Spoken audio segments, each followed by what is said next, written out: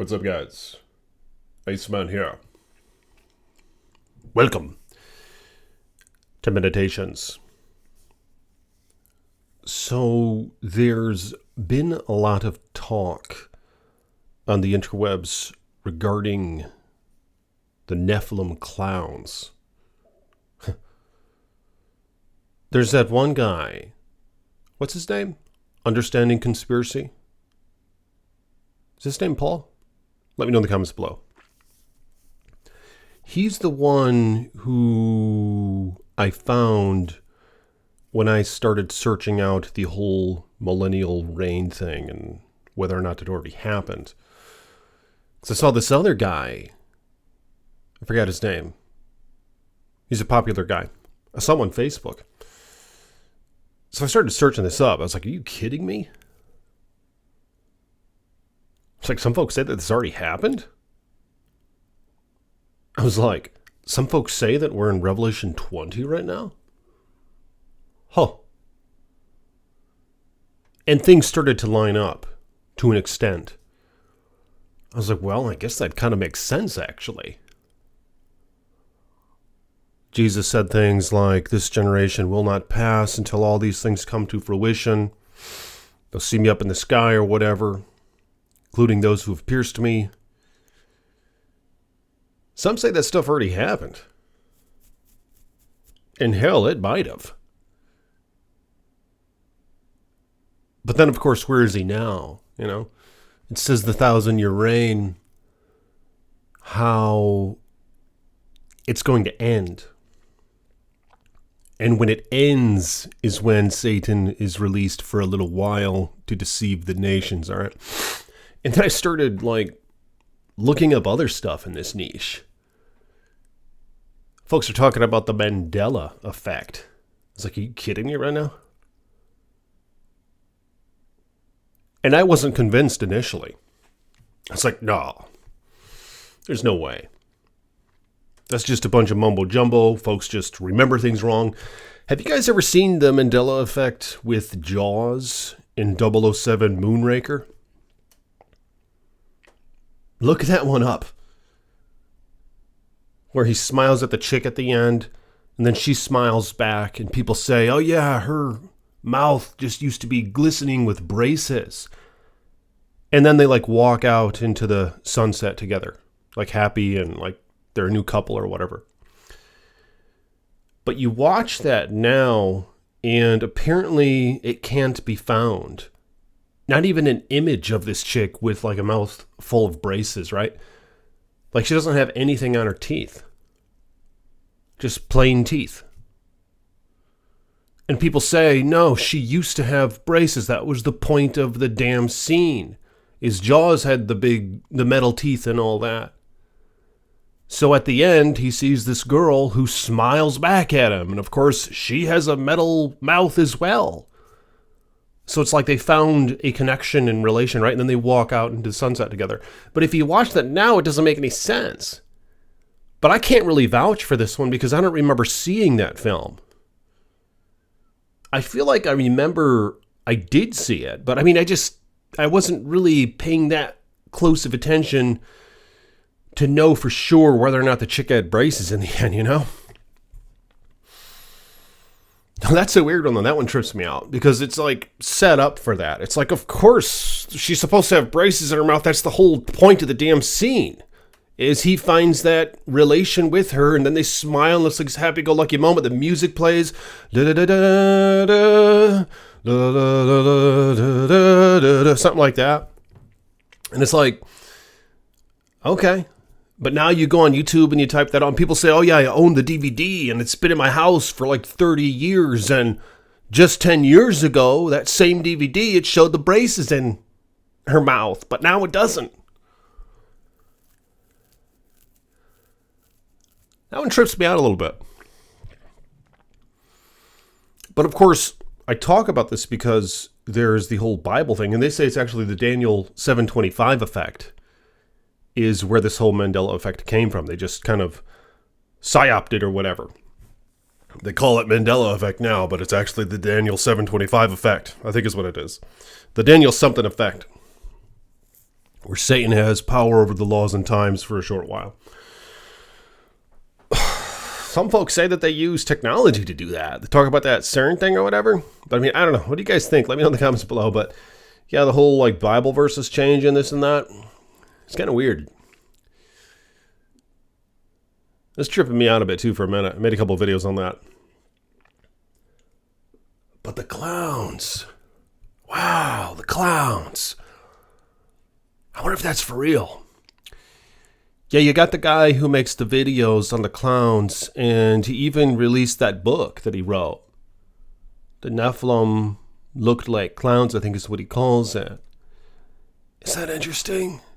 Because I've seen some of his videos where he says, yeah, the clowns, they're inspired by Nephilim, like historically speaking, you know what I mean? And in recent history, they went from being like subtly suspicious to like entirely evil or something, you know, like with the film It and in The Dark Knight with the Joker and the other Joker film and whatever else. I mean, evil clowns are kind of a thing, right? And then there was that time in 2018 or 2019 where people were like catching clowns all over the place. You remember that? They'd take photos of them and all this. That was kind of interesting. Some folks say that those were like interdimensional beings, but I mean, I just assume that they're just folks in costumes and there's just a bunch of copycats doing it and this and that. That's probably what it was. But nonetheless, the point is, they say that the clowns were inspired by the Nephilim. Like the Nephilim, remember it says in the Bible in Genesis 6 how they were sons of God, all right? And they came down and found the daughters of men appealing, so they copulated with them, made offspring. And some are confused by it. They're like, well, hold on, they were wiped out in the flood. But no, it says that they were there previous to the flood and in the days after, all right? I mean, that's what it says. And then you got the example in the Old Testament where the ancient Israelites looked upon the giants, right? The giants that made them look like grasshoppers. I mean, Google it if you don't believe me. It says that in the Bible somewhere. It says that they made them look like grasshoppers, and they were like some powerful giant race of a sort. They say that they were Nephilim, right? But it's interesting how it doesn't exactly say that the Nephilim were evil. Just said they were sons of God. Of course, many speculate that they turned evil. Maybe just some of them did. Maybe how it is with humans, you know? Some have been outwardly more evil than others. Some have perhaps done good. And they say that, yeah, like Hercules was a Nephilim, and that's for real. They say, yeah, Achilles was a Nephilim, and that's for real. Alexander, what if he was a Nephilim? He was a short guy, wasn't he? They always say that with these historical figures that they're short guys. But I don't really know. Maybe he could have been a short Nephilim. How the hell did he survive that? You think he would have been killed off after all those wars? You know? Like he took on the Persian army? Are you kidding me? There were how many times their size? In number? I don't know. And then he just kept going? There's something fishy about that. Probably wasn't a Nephilim. Probably was just the work of God. Some say, oh yeah, that was the work of God. It's prophesied in the book of Daniel. The leopard, this, that, and the third.